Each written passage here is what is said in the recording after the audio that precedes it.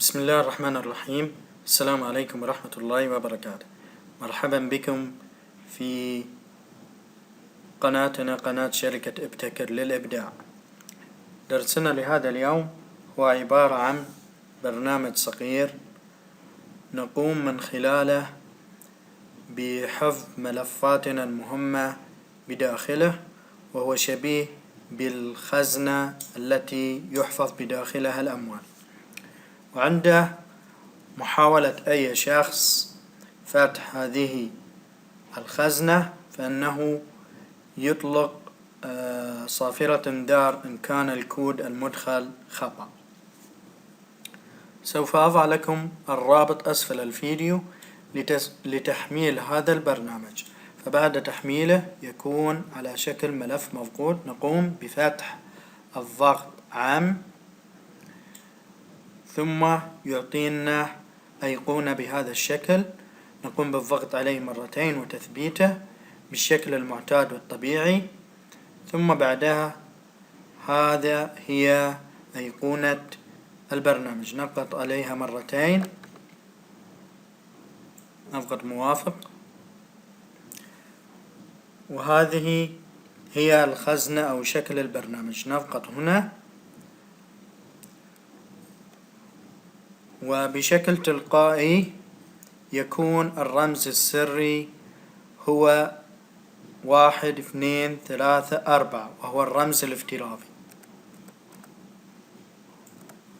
ثم نضغط هنا ثم موافق، وهذه هي الخزنة. أنا قمت بوضع ملف بداخلها وأيضا صورة، ولكي نضع أي صورة بداخلها نضغط هنا، ومن هنا نحدد أين الملف الذي نريد وضعه بداخل هذه الخزنة، ثم موافق. وللخروج من الخزنة نضغط هنا ثم موافق ثم موافق.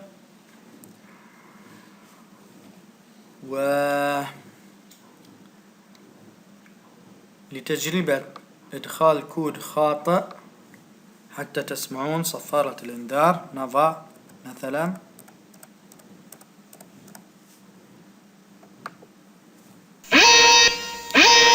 هذا هو صوت صافرة إنذار الخزنة، ولن يتوقف الصوت إلا بإدخال الرمز الصحيح.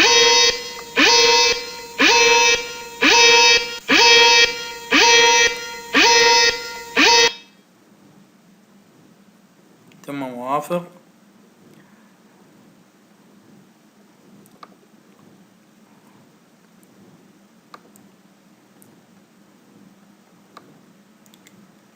لوضع كود خاص بكم غير الكود الافتراضي وهو 1 2 3 4، نضغط هنا ثم نضع مثلا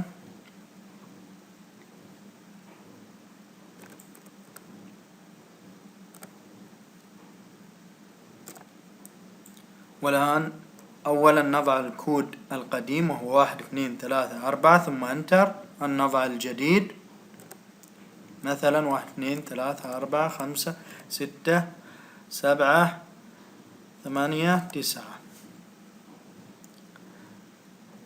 ثم نضغط انتر، ثم نضغط موافق لتجربة ما وضعناه إن كان صحيحا أم لا. نضغط هنا ثم نضع ما تم وضعه وهو الجديد 1 2 3 4 5 6 7 8 9، نضغط هنا. إذن ما تم وضعه صحيح 100%. بهذا يكون درسنا لهذا اليوم قد انتهى، على أمل اللقاء بكم في دروس قادمة إن شاء الله تعالى. ولا تنسوا الاشتراك في القناة وزيارة موقعنا والاشتراك في القائمة البريدية، وفي أمان الله.